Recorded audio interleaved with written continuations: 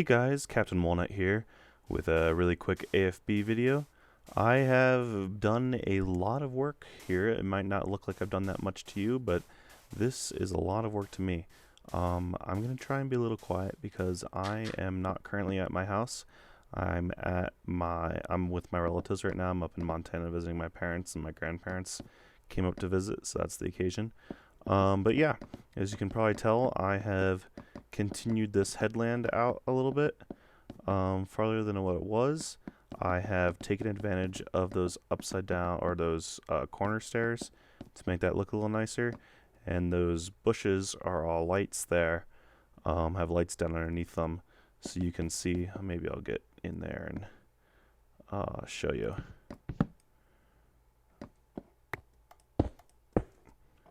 So there's some lights not at ground level but down by one, and then these are all the corner stairs from the newest snapshot. That right there is not a perfect corner, but I like the way it turned out anyway. See, it's not perfectly symmetrical with that one. It's a little bit more sharp, but I had to do that so I could come out to meet the other corner, but that's okay with me. So yeah, so right now what I'm having trouble with is designing this bridge over here. Actually, let me go on up around to meet that. Yeah, I've been working on several different designs for the bridge.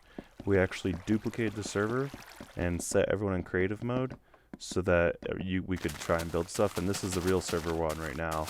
But on the duplicate server, I have another version of this bridge built that I'm going to come and show you later. And the reason I'm hurrying to get all this done is because I want to build a day-night sensor here. I've designed a big, huge day-night sensor array. And I'll get to that later on in the video. But I want to move these cows and these farms so I can build them. And I want to get the bridge finished so I can move the cows across to the other side of the bridge and put them in a pen over there. So yeah, so this is a design that Brett and I actually came up with.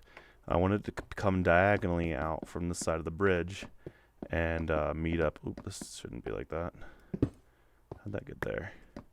And have it meet up with the other shoreline. And obviously I haven't started building the docks up or the headland up for the other shoreline here, but I've got it well enough right now so you can sort of see it.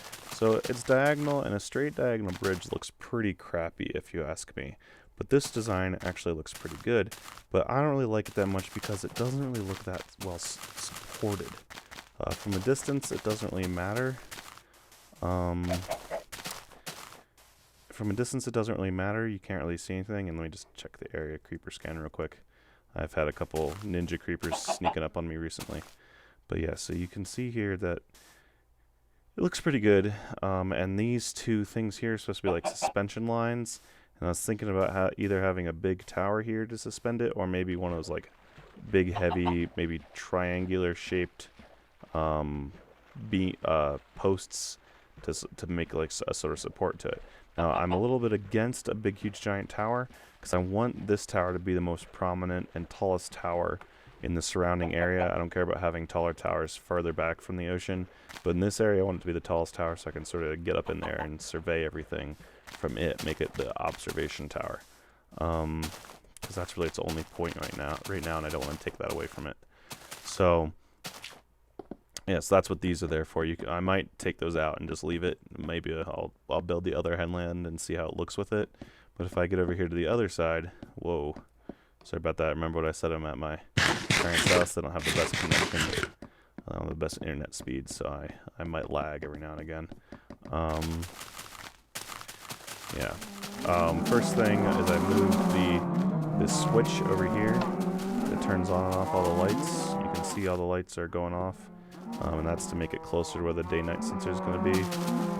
And then I've got all the other redstone. I completely redid all the redstone lines underneath here to make them 2 blocks below, so that I could have a solid block, so that when villagers or anybody is walking across there, there's no chance that they'll glitch through, because it's only 1 block deep. There's a slight chance that they can glitch through the floor, and I don't want that to happen. Also, I had some mobs spawning down inside my wiring because I had level changes. And I've gotten rid of all that now. So yeah, this is what I mean by the 2 level deep. You see, I have the layer of cobble in between where the redstone is. And it's all a nice straight line now too. So yeah, so you can see here, that it looks okay supported. I don't like that dark area, but that's just a lighting glitch that I can't help because of the way that it works with half slabs. I don't know, it looks pretty supported. Anyway, I will switch over to the creative server now and show you the other design of the bridge I'm working on. I want you guys, ooh, I fell in. No, it's a pretty good time to switch. But I wanted you guys to tell me what you think about this bridge versus the other bridge. Maybe come up with some designs of your own. Just for your information, it's about 25 to 23, 25, 30 or so blocks long. It doesn't really matter how far away it starts or where it starts from over there. I'm even willing to, you see how that second wall is right up against the first wall, it's sort of terraced back. I would be more than willing to drop it back by anywhere between maybe 2 blocks. If I'm going to drop a block, I'm going to drop it back by at least 2 blocks so I get some grass in there. And then all the way even up to 10 blocks or 15 blocks back, I'd be fine with to maybe make a wall to build a big, huge, heavy support in there for like a big anchor. So yeah. So this is something I would want to show you. I'll get over to the creative server right now. So see you over there. All right, so here we are at the creative server. You can sort of see this is a slightly rolled back version. I've got the headland built out to here, but yeah. So this is the other bridge design. I was thinking maybe a big, huge arc. I like this one a little bit better because that seems like a pretty weighty support. It's built into the wall pretty well. Got a nice compression on it if you think about how bridges would be. If you can imagine when the other headland would come out. That block there marks the center of where the bridge is, as underneath that iron block. The iron block obviously wouldn't be there, and these iron blocks really wouldn't be there. I was just using those to mark. And only built it halfway through, and this is the center line of the bridge. So yeah, so this sort of represents the arc shape. I'll walk over it. Ooh, I'll walk over it just to show you how it looks going up over it. And like I said, I'm in the creative server. That's why I'm able to fly right now. Now the way I constructed this bridge is I actually built a dome. Like I said, that was about 25 blocks long. So this dome, it has a base of 75. And I figured, you know, since that's a diagonal bridge, to help me design it, I just built a dome, and then I started, you know, about here in the center and came out and looked at the dome to about, you know, 13 blocks out. So 13 plus 13 is 26, but that's the middle block. So 12 plus 12 plus 1 is 25, plus the middle is 25. So I used that design and grabbed about the middle.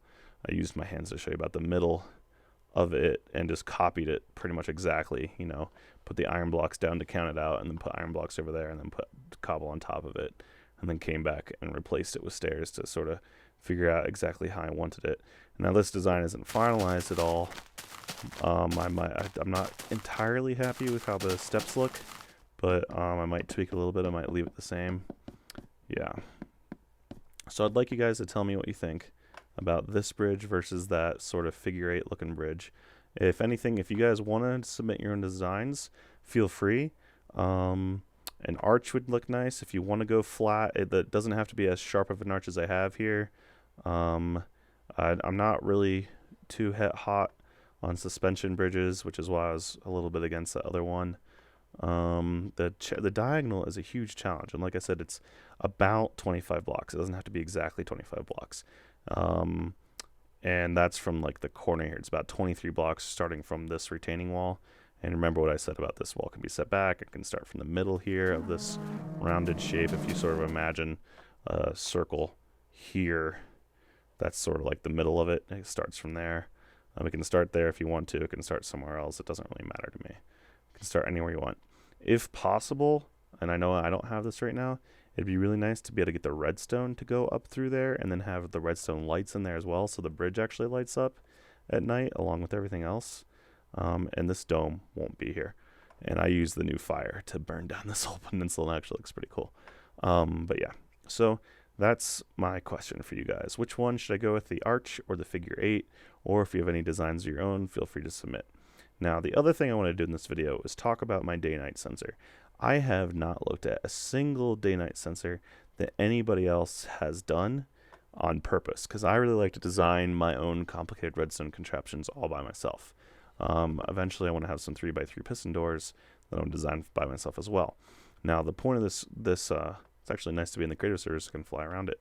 The point of this one, I'm gonna have sort of like a water garden or water temple here, sort of like a floating, the Hanging Gardens of Babylon style. I'm not, not exactly like that, but to have sort of the stream running out of it, and I might even have another stream cut into here with a nice big waterfall, and then it flows under this path here. I'm not 100% about the design of it yet. The important part is the redstone, and I've got that going on in a map on my local hard drive. So I will switch over to that right now and show you it. Oh, and before I leave, again, please, any ideas on how to improve the lighting here? I don't know exactly how to do it. It's hard to do. I might just be doing the glass pot lights, like this with torch, the redstone lamp, and then glass. Oh, that was too far. Yeah, I can just put a block, and the redstone lamp, and then glass, or even leaves like this. I don't really know, to light up the center area. It's hard to do, or maybe I'll do a block replacement system to have the area get lit up at night. That it would be grass during the day and then redstone lamp at night. I don't really know. So yeah, so I'll meet you in the other world right now. See you in a second. Alright, so here it is. Here's that day-night sensor array I was talking about. It would probably have about 16, or I might only do 8, or maybe I do 4 on this side and 4 on the other side. I don't really know exactly how I'm going to set it up yet. But the reason I do 16 or more than 1 or more than 2 at least is to make it ultra sensitive and ultra fast, since my entire city is relying on this on-off night system to prevent mobs from spawning. It needs to light up the second that the night falls. And also I'd like it to turn off at the second the night rises, because, why not? And the way I'm doing that is, what I want to happen is, normally with an array of day-night sensors, if you just hook them all together, it will turn on, the lights will turn on the second that the first day-night sensor detects it's night, but it won't turn off until all of the day-night sensors turn off. At least from the very little I've looked at. And like I said, I have not looked at day-night sensors very much, and please don't send me videos, because I like designing things myself. And if this is all boring to you, I'm sorry, but it was interesting to me. So yeah, so let's get into this thing. So basically what I've done here is I have got a, well, we could call it a zero edge trigger or dual edge trigger. Basically, when the monostable, when it switches to one state, let's say the night state, the bottom one will send out a 1-tick pulse. And then when it switches to the top state, this top torch will send out a 1-tick pulse. And I've got it in a very compact setup, which I'm very happy with. This part right here is part of the bud switch. And then both of the monostables, or the edge detectors, whatever you want to call it, use this repeater here. So I've got it, but I've got the circuitry very compact in my mind. I'm sure there's a way to get it even more compact, but whatever. This is very compact to me. I'm combining 2 different very crucial elements. Not only does this trigger part of the other monostable circuit, I'm also combining this repeater in both circuits, so I'm pretty happy with it. And here's just a basic RS NOR latch. When the bottom one pulses, it changes from one state to the other. When the top one pulses, it changes from one state to the other. So let me go ahead, and this stone over here is just to make sure it still works if there's absolutely no light leaking into the redstone or into the glass at all. So I just completely blocked it up with smooth stone there to represent it being underground. And it doesn't actually need this top grass, since it's got grass inside of it. And even if this is completely dark, this grass won't die, because there's a transparent block above it. So yeah, so let me use the time set function to make it nighttime, and it doesn't actually become full night until that sun touches the horizon. And since I'm using the time set feature, redstone's actually going to take a little bit to react to it. That's just the nature of the time set function. Same thing when I do the time set day, it will take a while to realize it's day. So, he just heard it, and it just turned to night, and it was a very short time after the sun touched the horizon. So, yeah, I liked it a lot. And so you can hear the first one went. So this one has realized that it's nighttime. This one's realized it's nighttime. This one realized it's nighttime. Yeah, so eventually almost all of these, if not all of these, will realize it's nighttime, but not necessarily all of them. And that's one of the other benefits of this array, is you can have a very large array and you don't need every single one of the elements of the array to realize that it's nighttime for it to work, for it to be able to switch. Oh, now lots of them are going. So I'm going to wait for most of them to go, for over half of them to go, because you can see here the sun's barely set and almost all of them have already switched over to nighttime. And then I'm going to type in the time day function. So I'll be back with you in 2 seconds. Okay, all of them except for 4 have realized that it's nighttime now. So I feel like it's a pretty good time to go. Oh, now all of them except 3 have realized. So now I feel like it's a pretty good time to go ahead and say, time set day. And like I said, since I'm using the time, when I already realized it was day. So you can see how amazingly quick that reaction was. So this would be the output. I could actually take it off of here, but I just wanted to take it off of here for convenience's sake. So this would be the output going to my entire array of lights. And you can see here that all my redstone is pretty well contained beneath the surface level of the everything. And I actually don't need to have a double water layer here, because I just have this second layer of grass here with water above that block there. Yeah, so I might as well just go ahead over here and show you how to build it, and then explain how it works. So let's go ahead and get into that part. Yeah, so this is just the basic. Actually, let's just build it, whatever. That was just a practice run there to make sure I remembered how to do it.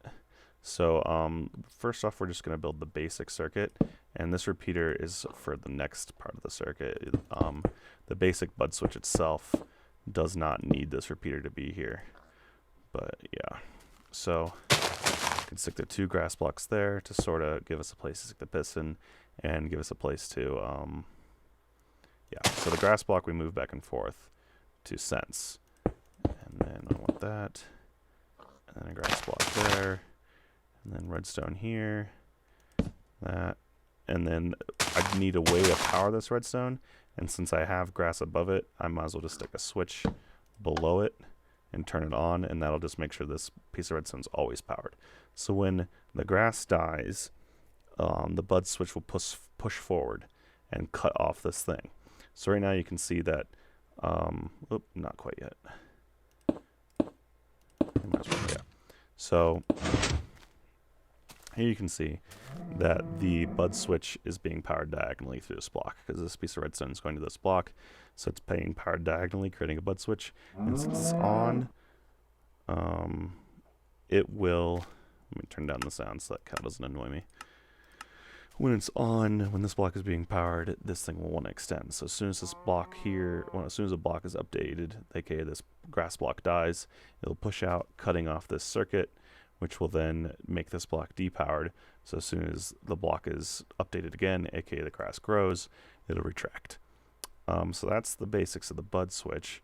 So now I shall go ahead and I'm going to remove this piece of redstone just so I can place blocks around this thing without it updating.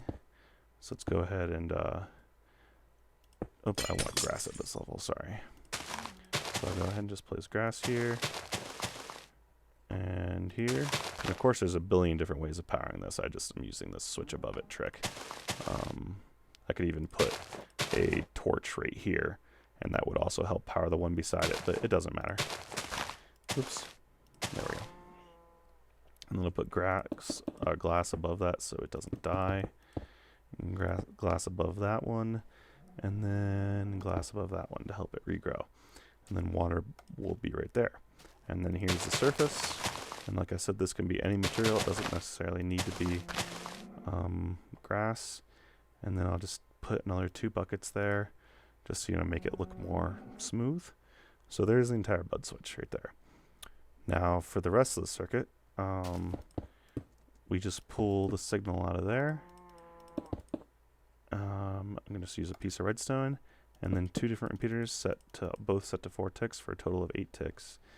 And then, actually no, these need to be dropped down by 1. My apologies.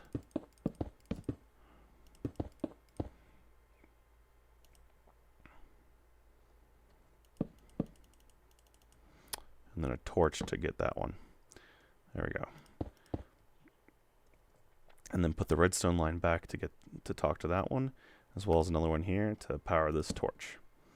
Now, up here what we do is we have another repeater there as well. Now I have a feeling I'm doing something wrong. Give me, that's why. That's why I'm doing it wrong. I didn't need to delete all those repeaters. We want to pull the redstone line out of there. There we go. So this, I need a repeater there so that this torch doesn't affect this lower line. So what will happen is this is the lower circuit right now. As soon as this one's flashed, and I can actually put a thing there. As soon as this one's flashed, then the redstone signal will go through here, go through this long way, and then tell this torch to turn off if these ones are on. Otherwise, the torch will turn on if these ones are off. We'll also go up here through this repeater, and then this block will power this piece of redstone, doing the same thing to the torch. So if I just put a what don't I need? I don't need the grass right now. If I just put the light there to show you, you can see as soon as it flashed on for a tick, and when the edge is going the other way, when it's turning off, it doesn't do anything. So it turns on, it flashes for a tick, and then immediately turns back off again. So now for the upper part of the circuit, oops. It does the same thing here. This inverts the signal going up to here, and then same here. So this one races through this way, the long way, and this is the short way. So that talks to here, which then comes to here. So it does nearly the exact same thing, but since it's using an inversion, these two torches are inverting it. And of course I could just use the one torch, but then I would have to use one extra repeater, so it doesn't really, and it would also be one block longer, so it doesn't really matter. So then I can just, you can see now that when I turn on, the one flashes on for one tick, turn it off, the other flashes on for one tick. So that's the entire circuit right there. And then you just use two different redstone lines coming out, like this, going over to your RS NOR latch, and you can stick another one of these circuits, you know, one block away, right here, you know, have a torch there, have a torch there, so the other one can communicate to it. What I like about these are these are only one block wide, and they're not directly stackable, but they're close enough. So that's my KapitanWalnut take on a day-night sensor, and I'm very happy with it. It's very, very fast. It's very, very compact. I like it a lot. So yeah, so thank you for watching, guys, and I'll try to put up a little bit better videos about AFB when I'm back, and I hope you guys are enjoying the Ultra Hardcore series.